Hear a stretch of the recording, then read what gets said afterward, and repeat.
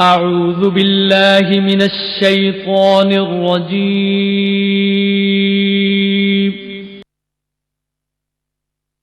बिस्मिल्लाहिर रहमानिर रहीम।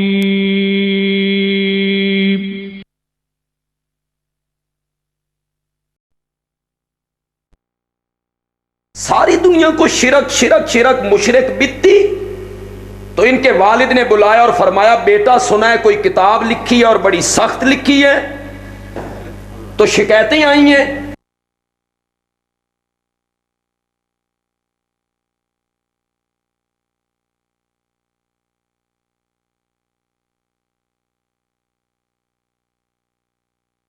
सारी दुनिया को शिरक शिरक शिरक मुशरिक बित्ती, तो इनके वालिद ने बुलाया और फरमाया, बेटा सुना है कोई किताब लिखी है और बड़ी सख्त लिखी है, तो शिकायतें आई हैं। तो शाह इस्माइल शहीद रहमतुल्लाह अलैह ने फर्मा बरदार बेटों की तरह अर्ज किया, बाबा किताब लिखी है, आप मंगवा के पढ़ लें। जिस जगह पे सख्ती नजर आए ना, नरमी कर दें। लेकिन बाबा एक बात याद रखें, नरमी करेंगे कुरान बदल जाएगा। मैंने तो कुरान की आयत लिखी, उसका तर्जमा कर दी।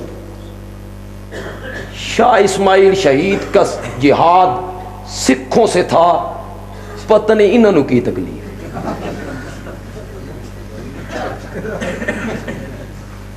बालाकोट में उनका जिहाद किससे हुआ है? सिखों से।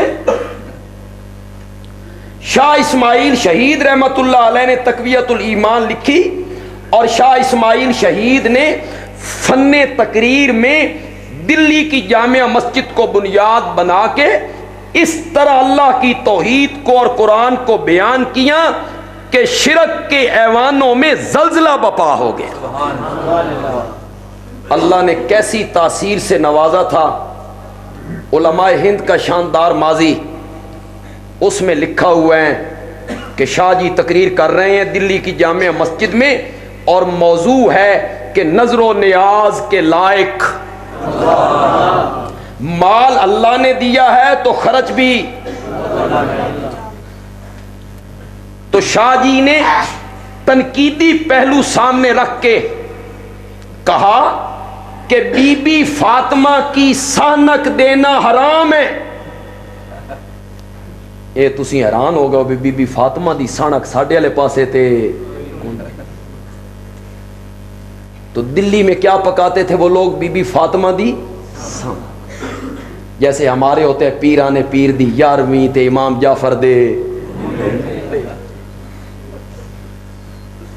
तो ये अलग अलग तरीके हैं ना, हर शहर के अलग तरीके हैं। ये दीन नहीं है ना। मौजू मेरा ये नहीं है, अगरचे काजी साहब ने थोड़ा उस तरफ इशारा जरूर किया है।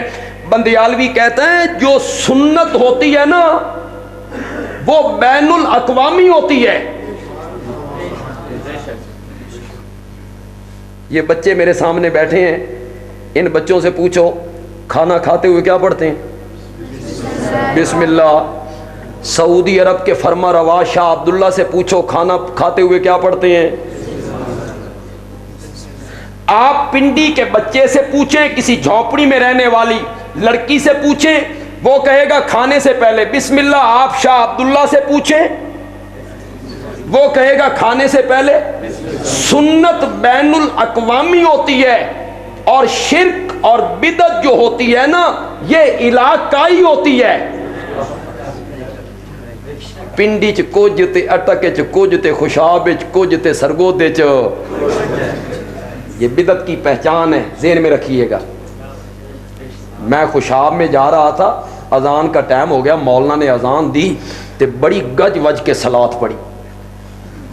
मैंने 2 रकातें पढ़नी थी, मुसाफिर था मैं। रकातें पढ़ के जब बाहर निकला तो मौलाना ने फिर स्पीकर खोल दिए, फिर सलात शुरू कर दी। मैंने एक बंदे से पूछा भाई अजान तो हो गई है तो मौलाना सलात भी पढ़ी है, ये दुई सलात दी? उस आख्या ये तकबीर दी सलात है। पिंडी में है हुण मेरी सुन के ना शुरू कर।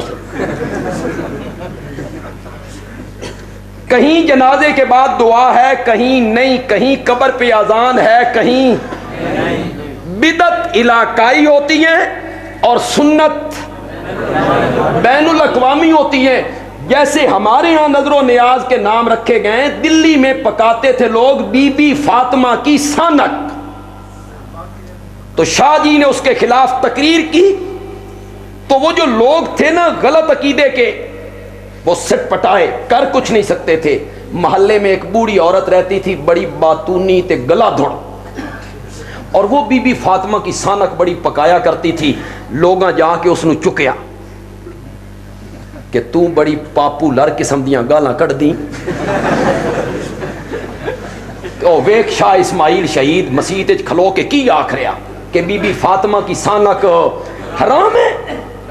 वो औरत बाएं ऊपर करती, गुस्से में लाल पीली सुर्ख होती हुई आई ना, तो वाज खत्म हो गया था। शाह जी उतर रहे थे, वो सीढ़ियों पे चढ़ रही थी।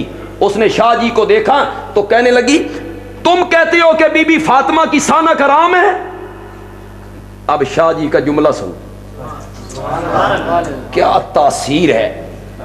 तुम कहते हो कि बीबी फातिमा की सानक हराम है। शाह जी ने फरमाया, मैं नहीं कहता, बीबी का बाबा कहता है,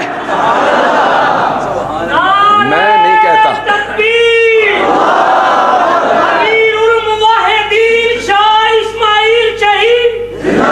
मैं नहीं कहता, बीबी का बाबा कहता है। तो बूढ़ी औरत कहती है, जी बीबी का बाबा कहता है तो फिर सही कहता है। तो ये वलीउल्लाही खानदान की खिदमात हैं।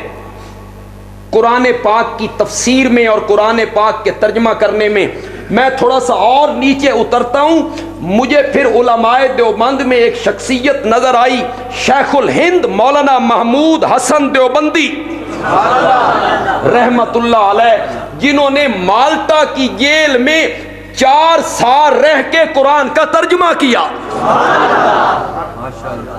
ये देवबंद का पहला शागिर्द है। अनार के दरख्त के नीचे, ये जो हमारे मदरसे हैं ना, खुदा दी कसम है इमारतों के मोहताज नहीं। भुट्टो साहब ने भी सोचा था इमारतें ले लेंगे, फिर जनरल ज़िया ने भी कुछ सोचा था इमारतें ले लेंगे, तो हमारे मौलाना मुफ्ती महमूद रहमतुल्लाह अलैह ने फरमाया था, पागल हो गए हो तुम, समझते हो इमारतों का नाम है, ले लो इमारतें, हम फिर किसी दरख्त के नीचे बैठ जाएंगे, फिर शुरू कर देंगे हम दरख्त के नीचे बैठ के। अनार का दरख्त है, उस्ताद का नाम भी महमूद, शागिर्द का नाम भी महमूद, दरख्त ही योजिया है जिसके मुतालिक कहते हैं एक अनार, उसते ते पता नहीं कितने अनार लगे होने ने। एक अनार 100 बीमार। ऐसे दरख्त के नीचे ये काम दारुल उलूम देवबंद का शुरू हुआ, और शेखुल हिंद जब माल्टा की जेल में गए, उन्होंने कुरान पाक का तर्जमा किया और तफसीर लिखनी शुरू की। रिहा हो गए तो जिंदगी ने वफा न की, तफसीर अधूरी रह गई। वो जो अधूरी तफसीर शेखुल हिंद छोड़ के गए थे ना, उसको मुकम्मल किया उनके एक होनहार शागिर्द शेखुल इस्लाम अल्लामा शबीर अहमद उस्मानी रहमतुल्लाह अलैह। वो हकीकी मानों में शेखुल इस्लाम है। हुण कई बंदे कोशिश कर रहे ने भी सन शेखुल इस्लाम मनो, और शेखुल इस्लाम साहब कहते हैं मेरियां सालगिरह मनाओ। वाह शेखुल इस्लाम साहब, वो कहते हैं हर दफ्तर में मेरी सालगिरह मनाओ। ये सालगिरह इस्लाम की रस्म नहीं है, ईसाइयत की रस्म है। शेखुल इस्लाम एक ही हुआ है, अल्लामा शबीर अहमद उस्मानी, जिसकी तफसीर को पढ़ के बंदा हैरान हो जाता है। ये क्या है? ये है छिक खल इस्लाम। समझो कि कोई नहीं समझो? ये क्या है? छिक खल। शेखुल इस्लाम एक ही था, अल्लामा शबीर अहमद उस्मानी। कुरान पाक की तफसीर लिखी। मेरे पास ये टाइम नहीं है कि मैं असल अपने मौजू की तरफ आना चाहता हूँ और तमहीद मेरी लंबी हो रही है। फिर उलमाए देवबंद में एक और नामवर सितारा आया, हकीमुल उम्मत मौलाना अशरफ अली थानवी रहमतुल्लाह अलैह, जिन्होंने कुरान पाक का तर्जमा भी लिखा और बयानुल कुरान के नाम से कुरान की तफसीर भी लिखी। बंदा बयानुल कुरान को पढ़ता है तो हैरान हो जाता है। थानवी बोलता था कि मोती रोला करता था। बंदा हैरान होता है बयानुल कुरान को पढ़ के। एक लाइन में कितने मज़ामीन को बंद कर देते हैं हजरत थानवी। कुरान पाक का तर्जमा भी किया और कुरान पाक की तफसीर भी की। मुझे और नीचे आ लेने दीजिए। फिर लाहौर में एक शख्सियत आई जिसने कुरान पाक का तर्जमा भी किया, ऊपर मुख्तसर सा नोट भी दिया। शेखुत तफसीर मौलाना अहमद अली लाहौरी रहमतुल्लाह अलैह। ये उलमाए देवबंद की तफसीरी खिदमात हैं। मैं और किसी चीज़ की तरफ नहीं जा रहा हूँ, फ़न्ने हदीस की तरफ, फ़िक़्ह की तरफ, तदरीस की तरफ, खिताबत की तरफ, मुनाजरे की तरफ, तसनीफ़ की तरफ, तहरीर की तरफ, किसी तरफ भी नहीं जा रहा हूँ। मैं सिर्फ फ़न्ने तफसीर पर थोड़ी सी रोशनी डालना चाहता हूँ। फिर एक हस्ती आई उलमाए देवबंद में, मौलाना उबैदुल्लाह सिंधी रहमतुल्लाह अलैह। ये सिंध के नहीं थे, सियालकोट के थे। लोग समझते हैं सिंध के हैं, सियालकोट के थे। इनके वालिद सिख थे। ये सिखों से मुसलमान हुए। चूंकि अक्सर तालीम सिंध में हासिल की, इसलिए किस नाम से मारूफ हो गए? सिंधी। शाह जी कहा करते थे ना, ये तो रब की कुदरतें हैं कि सिख के बेटे से तफसीर लिखवा दी और सैयद के बेटे से हीर लिखवा दी। वारिस शाह की लिखी हीर। सैयद जो है वो हीर लिख रहा है और सिख का बेटा तफसीर लिख रहा है। मौलाना उबैदुल्लाह सिंधी की टक्कर है अंग्रेज से।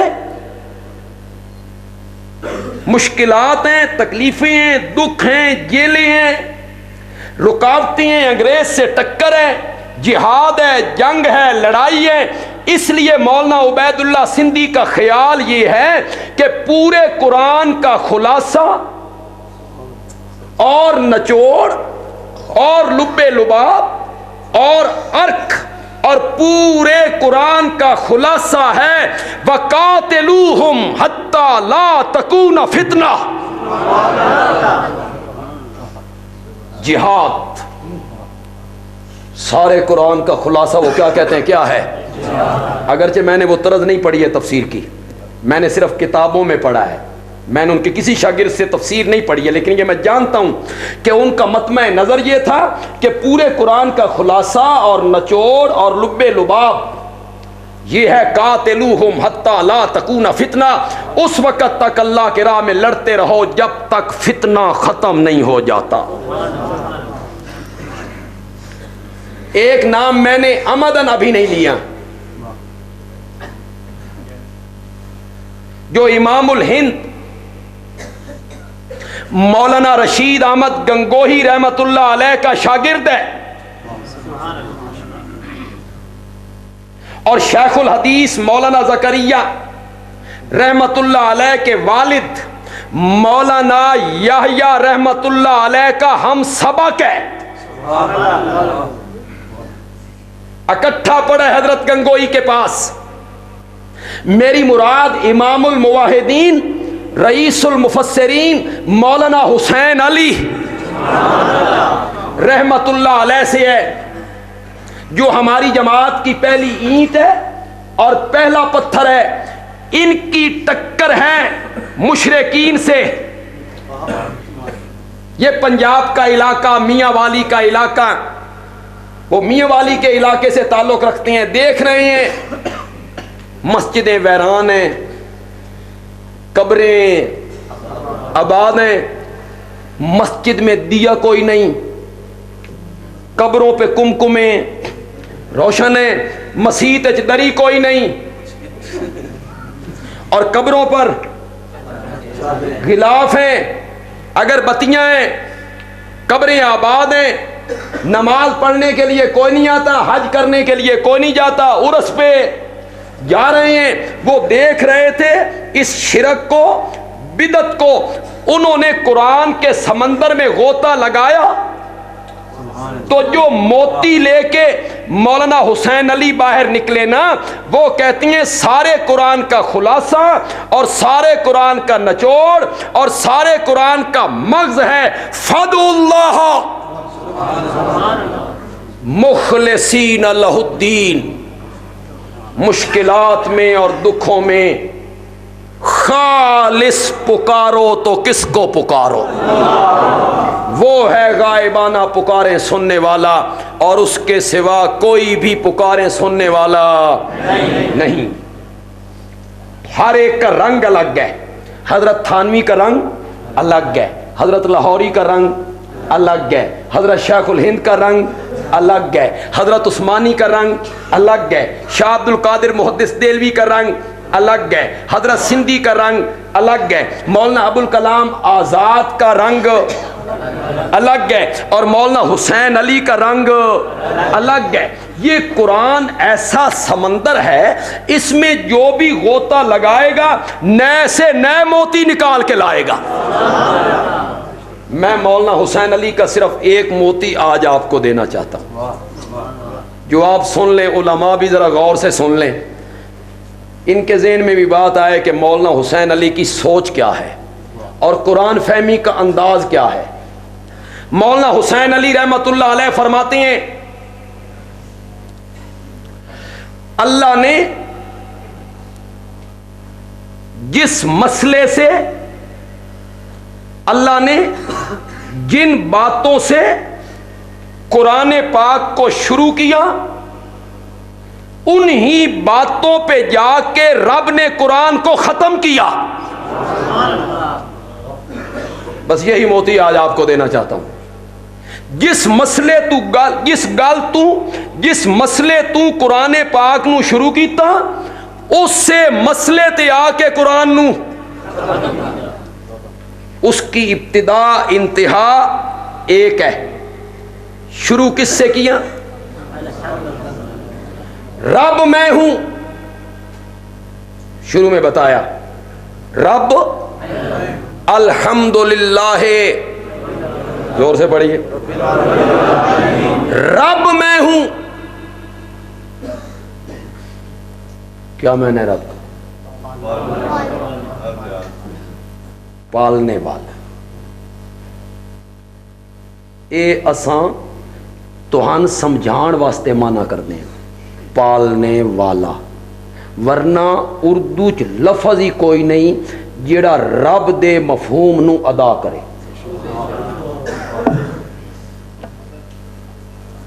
ये आपको समझाने के लिए हम कहते हैं,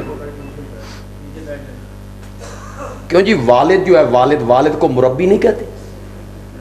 कहते तो क्या वो रब बोलता है?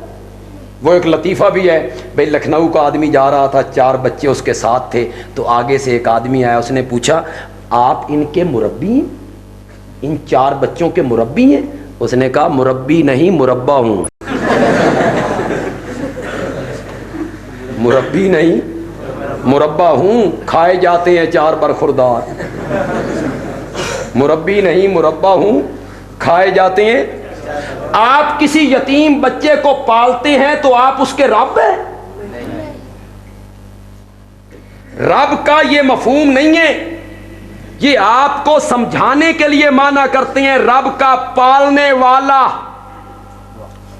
वरना लुगत के जितने आइम्मा हैं, इमाम रागिब है, साहिब कामूस है, ताजुल उरूस है, मंजूर अफ्रीकी है, जितने भी लुगत के आइम्मा हैं, उन्होंने रब का माना क्या किया अपनी किताबों में? कहते हैं इंशाउ शय्य हालन फहालन इला हद्दिल कमाल, दर्जा बदर्जा पालना,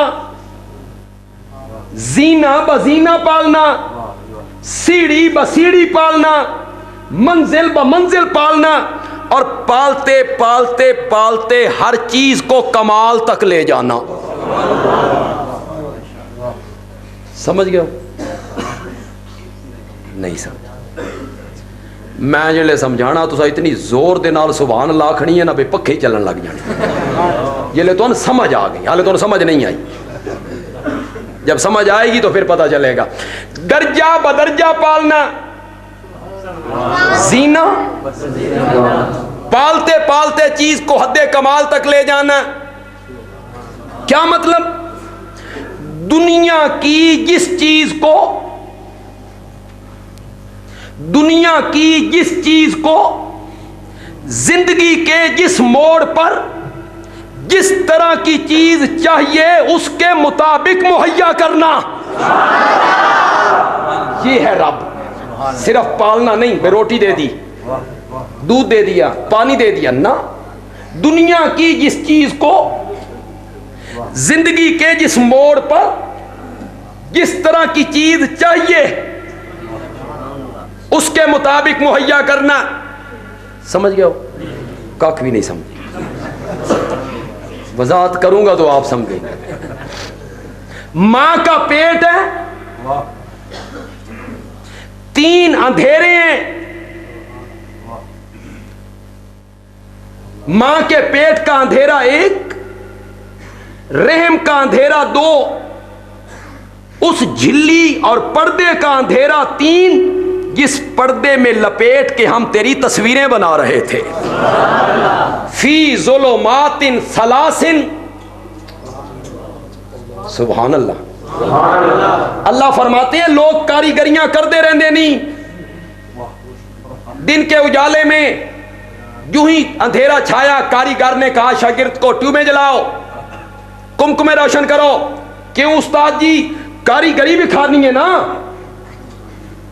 हुनरमंद कारीगर कारीगरियां करती हैं दिन के उजाले में। मैन वेख मैं कारीगरियां शुरू कीतियां 3 अंधेरियां दे अंदर। फी ज़ुलुमातिन सलासिन। 4 महीने के बाद रूह फूकी, रूह आई तो भूख लगने लगी, रूह आई तो प्यास लगने लगी। मंगण जोगा नहीं, हथ चाण जोगा नहीं, आखन जोगा नहीं। जेड़ी जात मां के पेट में 3 अंधेरों में मां का गंदा खून नाफ के जरिए बच्चे की खुराक बना देता है, उसको रब कहते हैं। ये है रब। जिंदगी के जिस मोड़ पर जिस मरहले पर जिस तरह की चीज चाहिए वहां और क्या चीज पहुंच सकती थी। और फरमाया मेरा करम देख, मैंने मां का गंदा खून तेरे मुंह के जरिए तेरी खुराक नहीं बनाया। इस मुंह से तूने मेरा और मेरे नबी का नाम लेना था, मैं तेरे मुंह नू पलीत भी नहीं सा करना चाहता, तो मैंने नाफ के जरिए खुराक पहुंचाई। 9 महीने के बाद बाहर आया। दाई ने पहला काम क्या किया? ये रास्ता काटा, ए रोन लगा, वालिद हंसने लगा, बच्चा रोने लगा, चचा बच्चा रोने लगा, मामू हंसने लगा, बच्चा रोने लगा। मौलवी और हसन लगे जेड़े अजान देन गए हुए सन। हुण ते तुसीं खुद कफील हो अजान देने, आपे ही दे लेंदे हो। मेरे चाचा जी ने एक बंदा आ गया, कहने लगा उस्ताद जी पुत्र जमे अजान। मेरे चाचा ने कहा वो जो इमाम थे या मौज़िन था, जा अजान दे के आ। उससे ने शुरू कर देती दे आया कि मैं से खलो के दे आया। अगले बच्चों वास्ते ही पूरी हो जासे इंशाअल्लाह। बच्चा रोने लगा, बाप हंसने लगा, बच्चा रोने लगा, मुर्शिद हंसने लगा, बच्चा रोने लगा। चचा आज गूंगे दिया रमजा, गूंगे दी मां भी नहीं समझ रही। क्यों रोता है, क्यों रोता है? मेरा खुराक वाला रास्ता, वो जिस रास्ते से मुझे खुराक मिल रही थी, वो रास्ता क्या हो गया है तवज्जो आपकी मेरी तरफ? यही तो मुश्किल मरला है, इतने इमोशन टूट गया। आप मेरी तरफ तो जो है आपकी, वो जो रास्ता था खुराक का वो कट गया, तो खुराक कहां से मिलेगी, कहां से मिलेगी? जो हस्ती उस वक्त बच्चे के कान में कहे घबराना नहीं, एक रास्ता ले लिया है, मां के सीने में 2 रास्ते जारी कर दिए हैं, उसको क्या कहते हैं? रब कहते हैं। ये है रब, मुतलक पालने वाले को नहीं, इस तरह पालने वाले।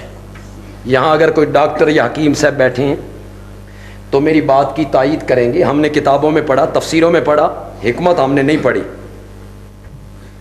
और आप सुन के हैरान हो जाएंगे खुदा की कसम। मां का जो इब्तिदाई दूध है ना, दूसरे दिन का, तीसरे दिन का, चौथे दिन का, 5वें दिन का, उसमें चिकनाई नहीं होती। क्यों? बच्चे दा मैदा हाले कमजोर है, ये चिकनाई नू बर्दाश्त नहीं कर सकता। इसको क्या कहते हैं? इसको रब कहते हैं। बच्चे का मैदा कमजोर है, ये चिकनाई को बर्दाश्त नहीं कर सकता।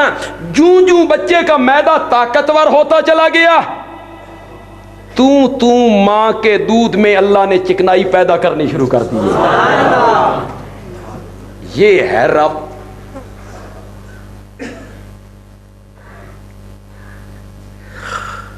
देखें यहां मजमे में प्रोफेसर, टीचर, मास्टर, मुदर्रिस, ये सारे उलमा मुदर्रिस हैं, मुअल्लिम हैं। मैं खुद मुअल्लिम हूं।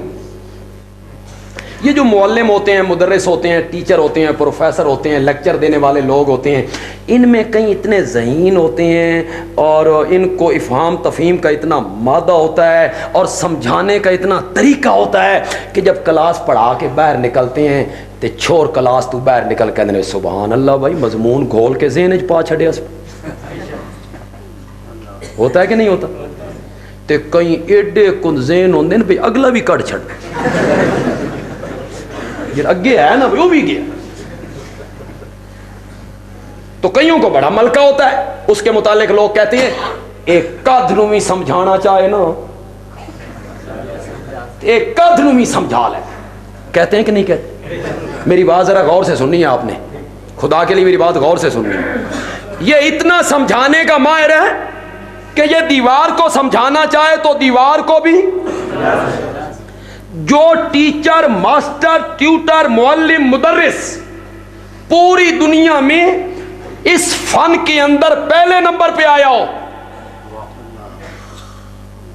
सबसे आगे, भाई ये कद नूं भी समझा लेंदा, उस मुदर्रिस, मुअल्लिम, मास्टर को मेरे पास लाओ, भाई तू कद नूं समझा लेना। ए 4 दिन दा बच्चा संभाल, इस नूं दूध चूसण दा तरीका सिखा, सिखा इसनू दूध किंजे चूसना, बता इसको। तू कद नूं भी समझा लेना, इस 4 दिन के बच्चे को बता दूध चूसने का तरीका क्या है। और पिंडी के लोगों, जो जात 4 दिन के बच्चे को दूध चूसने के तरीके बताता हो उसको रब कहते हैं। ये है रब। ये बिल्ली के बच्चे किस कॉलेज में पढ़ के आए, इन्हें किसने समझाया तुम्हारी खुराक वहां है, चूसने का तरीका ये है। ते मुर्गी दे जड़े बच्चे ने चूजे, एक केड़े स्कूल च पढ़ के आए, भाई उत्तू चील आवे ते तुहाडी पनाह, तुम्हारी पनाह मां के परों के नीचे है। ये जो चूजों को समझा रहा है, ये जो बिल्ली के बच्चों को समझा रहा है, इसको क्या कहते हैं? तुम्हारा रब मैं हूं, पालनहार मैं हूं, नशो नुमा करने वाला मैं हूं, परवान चढ़ाने वाला मैं हूं, तुम्हारी जरूरियात जिंदगी को पूरा करने वाला मैं हूं। और अल्लाह कहते हैं मुझे अब यह बताने की जरूरत नहीं है कि जिसका खाइए, क्यों नहीं कहते हो जवाब में? जिसका खाइए, जोर से कहो ना, जिसका खाइए। अगर खिलाने वाला मैं हूं, गीत औरों के गाता है, नजरों नियाज औरों के नाम की देता है, वजीफे औरों के नाम के चपते फिरता है। कुरान को शुरू किया, रब मैं हूं, पालनहार मैं हूं, नशो नुमा देने वाला मैं हूं, मुरब्बी मैं हूं, तरबियत करने वाला मैं हूं, जिसका खाइए उसी का गाइए, तुझे रोजी देने वाला, परवान चढ़ाने वाला मैं हूं, मैं हूं। यहां से कुरान को शुरू किया और जब कुरान को खत्म करने लगे तो फरमाया याद आई मैं तेन शुरू चाखे असी कि तेरा रब मैं हूं। अब हम कुरान को खत्म करने लगे हैं, अब एक दफा फिर तुझे कहते हैं कुल आऊज़ो बिरब्बिन नास, कुल आऊज़ो बिरब्बिन नास। आज फिर तुझे बता रहे हैं कि सारे लोगों का रब है तो सिर्फ कौन है? यहां से कुरान को शुरू किया, उन्हीं लफ्जों पे जाके कुरान को फिर कहा मालिक मैं हूं। पहले क्या कहा? रब मैं हूं। फिर क्या कहा? मालिक मैं हूं। मालिकी यौमिद्दीन, क़यामत के दिन का मालिक मैं हूं। और क़यामत का मालिक वो है, तो फिर दुनिया का मालिक कौन है? बोलते नहीं हो तो आनी तो कोई बीमारी नहीं लग गई? मुवाहिद होते बोलो। अगर आखिरत का मालिक अल्लाह है तो फिर दुनिया का मालिक भी कौन है? अल्लाह। फरमाया मालिक मैं हूं। तबारकल्लज़ी बियदिहिल मुल्क कुलिल्लाहुम्मा मालिकल मुल्क लिल्लाहि मुल्कुस समावाति वल। कितनी आयतें पढ़ूं? लहू मा फिस समावाति व मा फिल अर्ज़। अल्लामा आलूसी रहमतुल्लाह अलैह तफसीर रूहुल मानी में जब लहू इस जगह पे आते हैं तो वो कहते हैं उसी का है। लहू किस माने में? खलकन व मिल्कन व तदबीरन व इख्तियारन। पैदाश के लिहाज से उसी का है, मिलक के लिहाज से उसी का है, तदबीर और इख्तियार के लिहाज से उसी का है। जो कुछ आसमानों में है और जो कुछ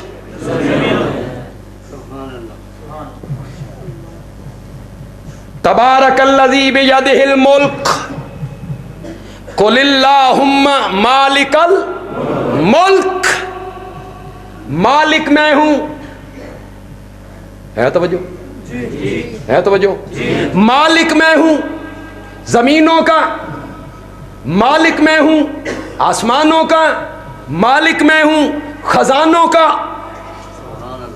मालिक मैं हूं अर्श का, मालिक मैं हूं फर्श का, मालिक मैं हूं बादलों का, मालिक मैं हूं औलाद देने का, मालिक मैं हूं, मुल्क मेरा, मिल्क मेरा।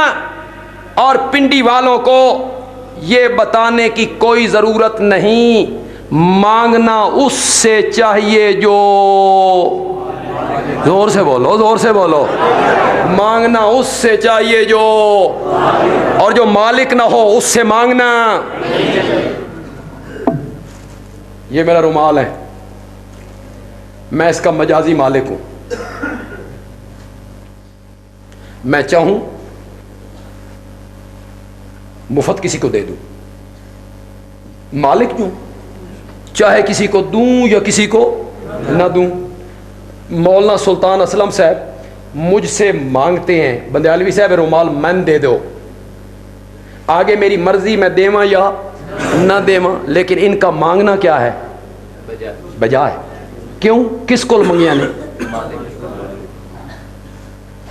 इन्होंने उससे मांगा जो इस वक्त रुमाल के देने न देने का क्या है? ये ठीक है, मांगना ठीक है। और अगर सुल्तान असलम से मुझे कहें बंदयालवी साहब ए जेड़ी उमर बेकरी तू उरले पासे मुड़दे असी सड़क ते, ए उमर बेकरी तुसा मेरे ना लवा दो, मैन कहते मैन उमर बेकरी मेरे ना लवा दो, ए मंगना इन्हां दा सही है कि गलत? क्यों? मैं उस बेकरी का मालिक नहीं हूं, तो इनका मांगना गलत है। पिंडी के लोगों, मांगना उससे चाहिए जो मालिक हो। जो मालिक नहीं उससे मांगना अकलमंदी नहीं है। फरमाया मालिक मैं हूं, खजाने मेरे पास, और जिनको तू पुकारता है ला यमलिकूना मिसकाला जर्रतिन, ला यमलिकूना, ला दा मेहनत करो पिंडी वाले हो, ये तो शेखुल कुरान दा शहर है। और शेखुल कुरान तो सारी जिंदगी ला इलाहा इल्लल्लाह ही सुनाता रहा रहमतुल्लाह। ये ला बड़ी डाढ़ी शै, अल्लाह दी कसम है, जिस लफज ते आ जाए फिर अगे छड़दी कोई शै। ला करो मैं ना, ला यमलिकूना, वो मालिक नहीं है मिसकाला जर्रतिन, खुदा दी कसम है जे जर्रा अरबी दा लफज होंदा ते किसी पठान नू समझाना पै जांदा बे जर्रा किस नू आखदे न, या किसी पंजाबी नू समझाना पै जांदा बे जर्रा किस नू आखदे न, या किसी फारसी दान नू समझाना पै जांदा बे जर्रा किस नू आखदे न, पै जांदी मुसीबत। किस तरह बंदा समझांदा बे जर्रा की है? मेरे मौला ने वो लफ्ज बोला, अरबी में भी जर्रा, फारसी में भी जर्रा, उर्दू में भी जर्रा, पंजाबी में भी जर्रा, ते पश्तो च भी जर्रा। वाह मौला की जे लफज बोली आई, किसी नू समझाने की जरूरत ही ना पैवे, हर बंदा समझ जाए बे जर्रा। ला यमलिकूना मिसकाला जर्रतिन, जिनको तुम पुकारते हो वो एक जर्रा मिकदार के मालिक नहीं है। मा यमलिकूना मिन कितमीरिन, अल्लाह दी कसम है रब भी मुशरकां दे पल्ले कख नहीं छड़े, खुदा दी कसम है कख नहीं छड़े। शेखुल कुरान रहमतुल्लाह अलैह फरमाया करते थे, अल्लाह भी समझाया एक दूनी दूनी ते दो दूनी चार करके। फिर आगे शेख कहते थे मौला तेरे समझान ते कुर्बान जावा, पर मुशरको तुहाडे न मनण ते भी कुर्बान जावा, तुसां भी एक नहीं मन। मा यमलिकूना मिन कितमीरिन, वो कितमीर के मालिक नहीं। कितमीर क्या है? खजूर ना, गुठली ना, अल्लाह ने फरमाया गुठली फिर किसे काम दी है, त्रीए दिहाड़े तपना दे काम आंदी है ना, इकट्ठियां लोग करते हैं ते पढ़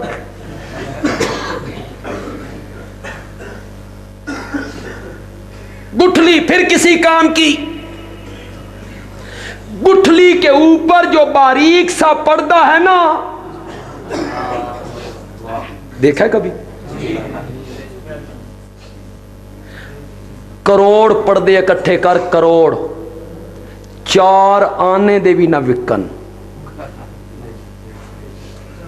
है कोई कीमत उन्हों दी? है कोई कदर उन्हों दी? वो जो गुठली के ऊपर बारीक सा पर्दा चढ़ाया, सुभान अल्लाह, सुभान अल्लाह, कहो सुभान अल्लाह। अल्लाह फरमाते हैं तेरे नुक्ते नजर से वो किसी काम का नहीं, पर हमने कोई चीज फजूल पैदा नहीं की।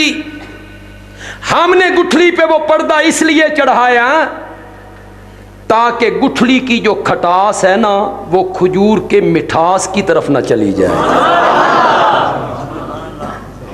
उस पर्दे को चढ़ा के रोक दिया, खजूर दी मिठास इस पासे ना आवे ते गुठली दी खटास उस पासे ना जावे।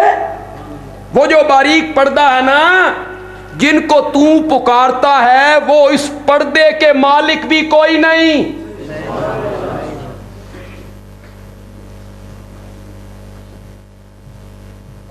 वाह मौलाना हुसैन अली, अल्लाह तेरी कब्र को मुनव्वर करे, रहमतों की बरखा बरसाए। कहते हैं मौला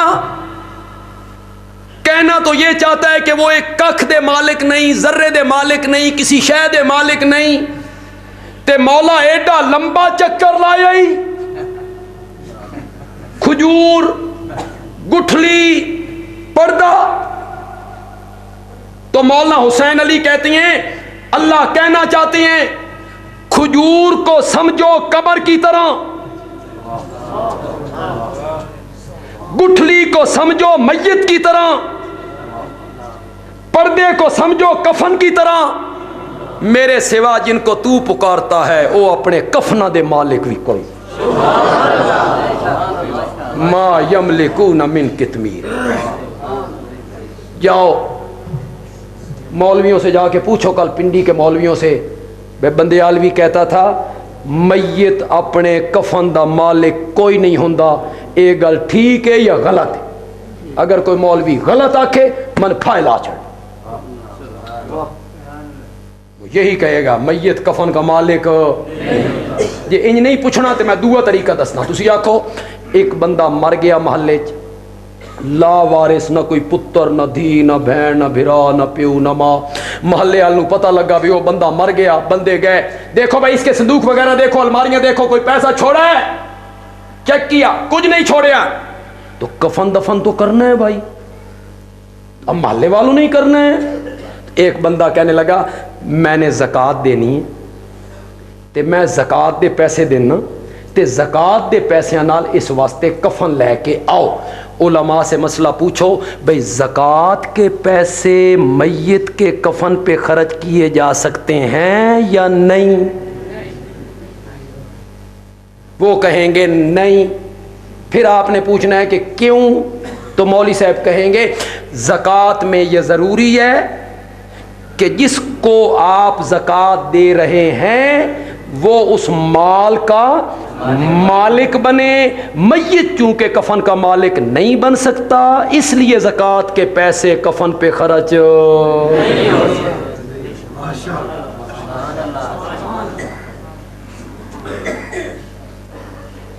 कोई बंदा कफन चुरा के ले जाए तो हुकूमत होवे तालिबान दी, तालिबान दी। अब तो तालिबान को बदनाम किया जाए। ये सारे लोग तालिबान को बदनाम करने की कोशिश में लगे हुए हैं। बंदेयालवी सिर्फ एक बात कहना चाहता है, तुम कहते हो ये दरिंदे हैं, इन्होंने लड़की को मारा, कोड़े मारे, ये किया वो किया, और तुमने उस लड़की की रोएदाद नहीं पढ़ी जो तालिबान की हुकूमत में बुर्का पहन के अफगानिस्तान गई थी। ईसाई जासूसी करने, और तालिबान ने उसको पकड़ लिया था और वो डरी और सहमी और कुछ महीने तालिबान की कैद में रही। रिहा हो के वो वापस अपने मुल्क गई तो उसने तालिबान की शराफत को देख के इस्लाम कबूल किया। नारे तकबीर, दिल दिल जान जान तालिबान, दिल दिल जान जान तालिबान। उसने कहा था कि मैं डरी हुई थी, मैं सहमी हुई थी, मैंने वहां इस्लाम कबूल नहीं किया। अगर मैं अफगानिस्तान में इस्लाम कबूल कर लेती तो लोग कहते तालिबान के डर से इस्लाम कबूल किया है। रिहाई के बाद मैं इस्लाम कबूल कर रही हूं तालिबान की शराफत को देख के। आज ये आसमा जहांगीर और ये औरतें और ये सारे मर्द और ये सारे इकट्ठे हो रहे हैं जी, बड़ा जुल्म हो गया जी, कोड़े लगे। 34 कोड़े लगे ते कुड़ी उठ के टुर पई। 34 कोड़े मन तुहन मारन दो जो तुसी 7 दिहाड़े उठ गए ते मन विखाना। ये 7 दिहाड़े तुसी दफ्तर आ गए थे। चंगे कोड़े ने भी उठ के टुर पाइए, पता नहीं बुरके दे विच की सी। कोड़े लग रहे हैं और मजे की बात यह, फिल्म देखिए कोड़ा हाले लगदा नहीं, चीख पहले। उसका तजिया तो देखिए जो मुबस्सिरीन ने किया है। और फिर जो कोड़े मारने वाले हैं वो तालिबान हैं, उलमा हैं। उनको ये पता नहीं है कि जिना के कोड़े 100 होते हैं, कज़फ के कोड़े 80 होते हैं। ये 34 उसनू लगे, बाकी 66 किधे गए। उनको इतना भी पता नहीं है वे कोड़े कितने होते हैं। कोई गल बनानी साए ते सही ते बना दे। 34 कोड़े किसके होते हैं, किसकी सजा होती है। तुम्हें ये लड़की याद आ गई जालमो, तुम्हें डॉक्टर आफिया सिद्दीकी याद नहीं आई। 5 साल अफगानिस्तान की जेल में ये ईसाई बेगैरत उसकी इज्जतों से खेलते रहे। उसके 2 बच्चे आज तक नहीं मिलते। तुम्हें उस वक्त होश नहीं आया कि एक लड़की की इज्जत के साथ ईसाई बेगैरत शराब नोश कुत्ते, जिनके बापों का भी पता नहीं कि इनका बाप कौन है, वो उसकी इज्जत से खेलते रहे। तुम्हें उस वक्त याद नहीं आया कि एक औरत है, उसकी इज्जत से खेला जा रहा है और आज भी वो अमेरिका की जेल में पड़ी हुई है। तुम्हें वो 6, 7, 8 साल की मासूम बच्चियां याद नहीं आई जो अपनी बड़ी बहनों से जफियां डाल के आखिरी वक्त में पता नहीं जामे हफ्सा में किस तरह लिपटी होंगी। तुम्हें याद नहीं आई वो उस वक्त कहां था इल्ताफ हुसैन, उस वक्त कहां थे ये सारे लोग जो आज एहतिजाज कर रहे हैं और इस्लाम को बदनाम करने की और तालिबान को बदनाम करने की कोशिश करते हैं। मैं कहता हूं बंदियालवी कहता है जो सजाएं इस्लाम ने नाफिज की हैं, अगर वो जराइम की सजाएं नाफिज कर दी जाएं तो मुल्क अमन का गहवारा बन जाएगा। तुम नाफिज तो करके देखो। यहां मुजरिमों को तुम छोड़ते हो, सरपरस्ती करते हो। 32 अरब दे कर्जे तुसी माफ करा छड़े। गरीब लोग देखो, इस्लाम की सजाएं। जब तालिबान की हुकूमत थी तो खोस्त के गवर्नर से बीबीसी के नुमाइंदे ने पूछा था, गवर्नर साहब ये आप क्या कर रही हैं, ये हुकूमत आपकी क्या है, कुछ मुझे भी बताएं। तो खोस्त का गवर्नर बिन्नौरी टाउन का फाजिल था, वो शहीद हो गए। तो वो कहने लगे बीबीसी के नुमाइंदे को, बताऊं कि दिखाऊं, बताऊं कि दिखाऊं। कहता है क्या मतलब। तो गवर्नर ने कहा बरीफ केस डॉलरों का भर के खोस्त के बाजार में जाके रख दे, कल आके उठा लेना, $1 भी उसमें से कम हो तो मुझे पकड़ लेना। बताऊं कि दिखाऊं, इस्लामी सजाएं नाफिज हो जाएं तो फिर जराइम हो। मेरा एक मुक्तदी था, मुझे वो मिलता, मुझे कहता मौलाना मेरे लिए दुआ करो, मुझे जिना की आदत है, मैं हर मर्तबा तौबा करता हूँ फिर तौबा तोड़ देता हूँ, मैं जिना से नहीं बच सकता। फिर कुछ मुद्दत वो मेरे जुमे पे नहीं आया, बड़ी मुद्दत के बाद आया तो मुझे कहने लगा मौलाना मुझे जिना से तौबा करने की तौफीक हो गई। मैंने कहा कैसे हुई? कहते हैं मैं सऊदी अरब गया, जद्दे में था, तो एक दिन जुमे को ऐलान हुआ कि जुमे के बाद जानी को संसार किया जाएगा फलां जगह पे। तो मैं भी ये मंजर देखने के लिए गया।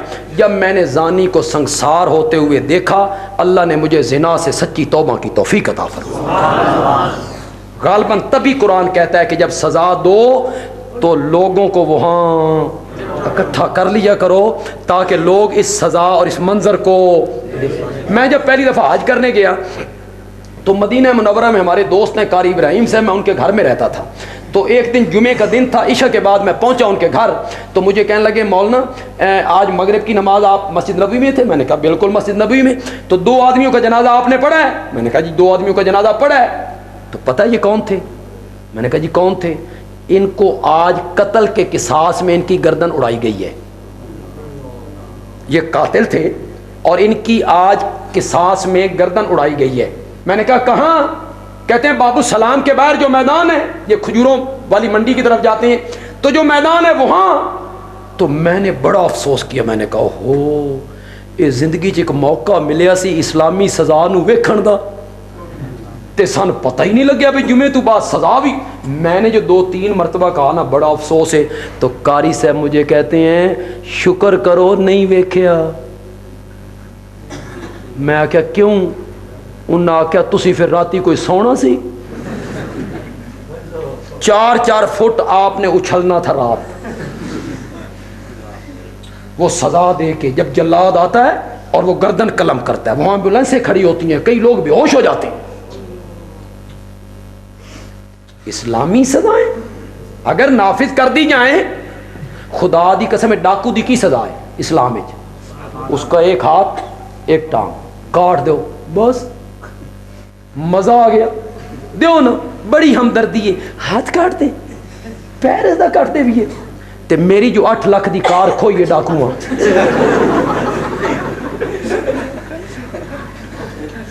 मेरी जो 8 लाख की कार डाकू ने छीनी है दिन दिहाड़े कलाशनकोव के जोर पे।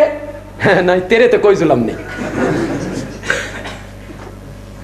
ना बसें महफूज, ना वैगने महफूज, ना बच्चे महफूज, ना चारदीवारी महफूज। मजा क्या हो रहा है? सजा कोई नहीं। लाहौर में हमारे एक मौलाना है, वो मदरसे से जा रहे थे घर अपने, तो अचानक गली की नुक्कड़ पे एक स्कूटर वाला आया। उसने स्कूटर आके खड़ा करके पिस्तौल मौलाना के पेट पे रखा, मोबाइल कड्डो। अगली बात सुने जरा, अगली कहता है मौलाना वो देख रहे हो सामने दुकानदार खड़े हैं, वो देख रहे हो उसके पास गाहक भी खड़े हैं, उन्होंने शक ना पै जाए, हस हस के मेरे नाल गल्लां भी करो। हस हस के मेरे नाल गल्लां भी करो। ये मुल्क में हो रहा है। पकड़ा गया कोई सजा नहीं। दरोग बरगर्दन रावी मुझे किसी ने बताया मैं पूरी बस लूट ली, बंदों को नीचे उतारा, सब कुछ खाली लूट के सब कुछ बांध के सारे बंदों को कतार में खड़े करके डाकू कहते हैं हुण अल्लाह दे नां ते सन ए माल बख्शो। उन्होंने जरूर एक गल किसी मौलवी पढ़ाई होनी भाई अपने उत्ते हलाल कर लो। डाका जनी की सजा हो, चोरी की सजा हो, जिना की सजा हो, कत्ल की सजा हो, तो जराइम नहीं हो सकते। कहना मैं ये चाहता हूं कि मैयत से अगर कफन चुरा लिया जाए और हुकूमत तालिबान की हो और जुर्म साबित हो जाए, हाथ कटेगा या नहीं कटेगा? नहीं कटेगा जी। क्यों? हाथ उस चोरी में कटते हैं जिस चोरी शुदा माल का कोई मालिक हो। मैयत चूंकि कफन का मालिक नहीं था, इसलिए उसके खुदा दा ना जे कल इंज ना कहना बंदयालवी साहब आख्या कफन चुराया करो कुछ नहीं होता। थोड़े तो डर भी लगता। काजी सजा देगा, जो भी सजा दे, कोड़ों की सजा दे दे, वतन से निकाल दे, जेल की सजा दे दे, लेकिन ये चोर वाली सजा नहीं दी। जिन जिन को मेरे सिवा तुम पुकारते हो, खजूर की गुठली के ऊपर जो बारीक पर्दा है उसके मालिक। मालिक कौन है? जिस तो मांगना किससे चाहिए? शाबाश, जो मालिक हो, जो क्या हो, और जो मालिक नहीं है उनसे मांगना। सूरत फातिहा में कहा मालिक यौमिद्दीन, मालिक मैं हूं। और जब कुरान को खत्म करने लगे और आखिरी सूरत में पहुंचे तो फरमाया याद आई मैं तेन फातिहा चाख्या सी कि मालिक मैं हूं। अब हम कुरान को खत्म करने लगे हैं, आखिरी सूरत पे पहुंचे हैं, अब मैं फिर कहता हूं मालिक इन्नास, सारे लोगों का मालिक है तो सिर्फ कौन है? जिथों कुरान नू शुरू कीता उत्थे आके कुरान नू फिर कुरान को कहां से शुरू किया? इब्तिदा में क्या कहा? तीसरी बात क्या कही? इय्याका नाबुदो व इय्याका, हम तेरी ही इबादत करते हैं, हम तुझ ही से मदद मांगते हैं। यही मैंने है कि नहीं भाई? यही मैंने है। यही का क्या मतलब है? ही का क्या मतलब है? तेरे सिवा किसी और की इबादत नहीं करते और तेरे सिवा किसी और से गायबाना मदद तलब नहीं करते, मदद मांगते हैं तो तुझ ही से।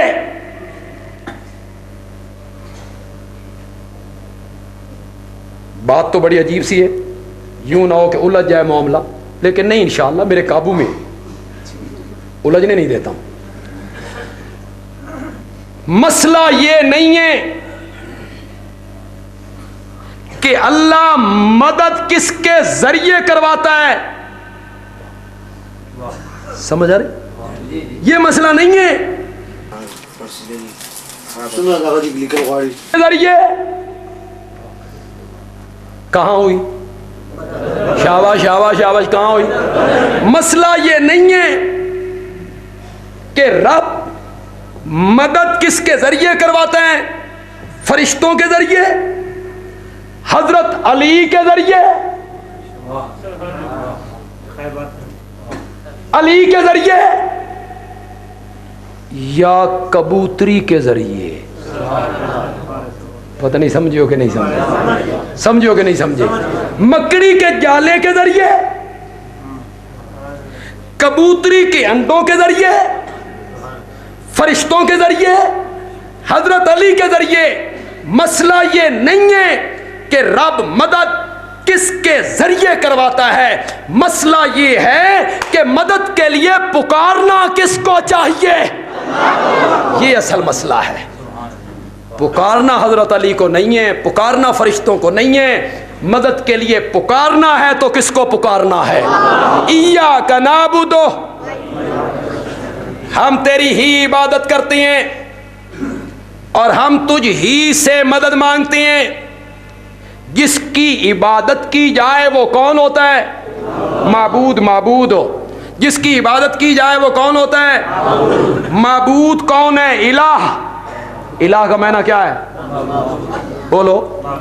तो फातिहा में कहा हमारा माबूद तू है, हमारा इलाह तू है, इबादत सिर्फ तेरी, माबूद सिर्फ तू, इलाह सिर्फ तू।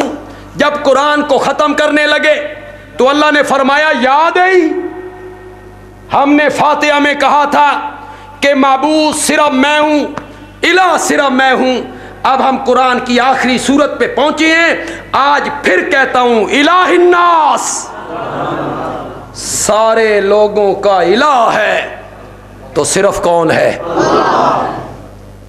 पिंडी वालों, जो कुछ कुरान की इब्तिदा में वही कुछ कुरान की इंतहा में, और मुझे ये बताने की कोई ज़रूरत नहीं कि जड़ी शय इब्तिदाच होवे ते जड़ी शय इंतहाच होवे, विचकार भी उवई होंदी है, विचकार भी उवई होंदी है। तो सारे कुरान में जो मसला बयान हो रहा है वो यही बयान हो रहा है, रब मैं हूँ, मालिक मैं हूँ, मुख्तार मैं हूँ, माबूद मैं हूँ, इलाह मैं हूँ। अल्लाह ताला अमल की तौफीक अता फरमाए।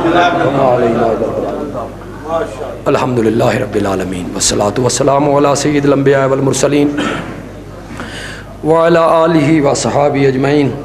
रब्बना आतिना फिद दुनिया हसनह व फिल आखिरति हसनह व क़िना अज़ाबन्नार। अल्लाहुम्मा या अरहमर राहिमीन इरहम अलैना या हय्यु या क़य्यूम बिरहमतिका नस्तगीस बिरहमतिका नस्तगीस बिरहमतिका नस्तगीस। इस मदरसे के लिए, इस मस्जिद के लिए दुआ करो, अल्लाह इसे आबाद व शाद रखे, अल्लाह इसको मज़ीद तरक्कियाँ अता फरमाए। इसके जो मुआविनीन हैं, चलाने वाले लोग हैं, अल्लाह उनको इखलास से नीयत अता फरमाए। जो मुदर्रिसीन हैं, मोहतमिम साहब हैं, अल्लाह उनको मज़ीद इखलास की दौलत से माला माल फरमाए। मुल्क अज़ीज़ पाकिस्तान की सालमियत, इस्तेहकाम और सलामती के लिए दुआ कीजिए। अल्लाह हमारे मुल्क को सालमियत अता फरमाए, सलामती अता फरमाए और इस्तेहकाम अता फरमाए। अल्लाह हमारे मुल्क की हिफाजत फरमाए, अल्लाह हमारे मुल्क की सरहदों की हिफाजत फरमाए, अल्लाह हमारे मुल्क को अमन का गहवारा बना दे, अल्लाह हमारे मुल्क के दुश्मनों को तबाह व बर्बाद फरमा दे। जो हमारे मुल्क के अंदरूनी बैरूनी दुश्मन हैं, अल्लाह उनको तबाह व बर्बाद फरमा दे। अल्लाह हमारे मुल्क की चार दीवारी का तहफ़्फ़ुज़ फरमाए, सरहदों का तहफ़्फ़ुज़ फरमाए। और अल्लाह हमारी इन आँखों को दिखाए कि हमारे मुल्क की अदालतों में निज़ाम अदल हो, निज़ाम अदल हो, निज़ाम इस्लाम हो। ये गुनाहगार आँखें भी इस मंज़र को देखें। अल्लाह हम सब का ख़ात्मा बिल ईमान फरमाए, अल्लाह हम सब का ख़ात्मा बिल ईमान फरमाए। कल ईमान की हालत में उठाए और नबी पाक के हौज़ कौसर से जाम अता फरमाए, आपकी शफाअत से हिस्सा अता फरमाए, आपके झंडे के नीचे जगह अता फरमाए। अल्लाह हमसे राज़ी हो जाए, अल्लाह हमसे राज़ी हो जाए। या अल्लाह हम तुझसे तेरी रज़ा चाहते हैं और तेरे गुस्से से पनाह तलब करते हैं, तेरे गुस्से से पनाह तलब करते हैं। व सल्लल्लाहु तआला अला खैर खल्क़ी मुहम्मद व अला आलिहि व असहाबी अजमईन आमीन बिरहमतिका या अरहमर राहिमीन।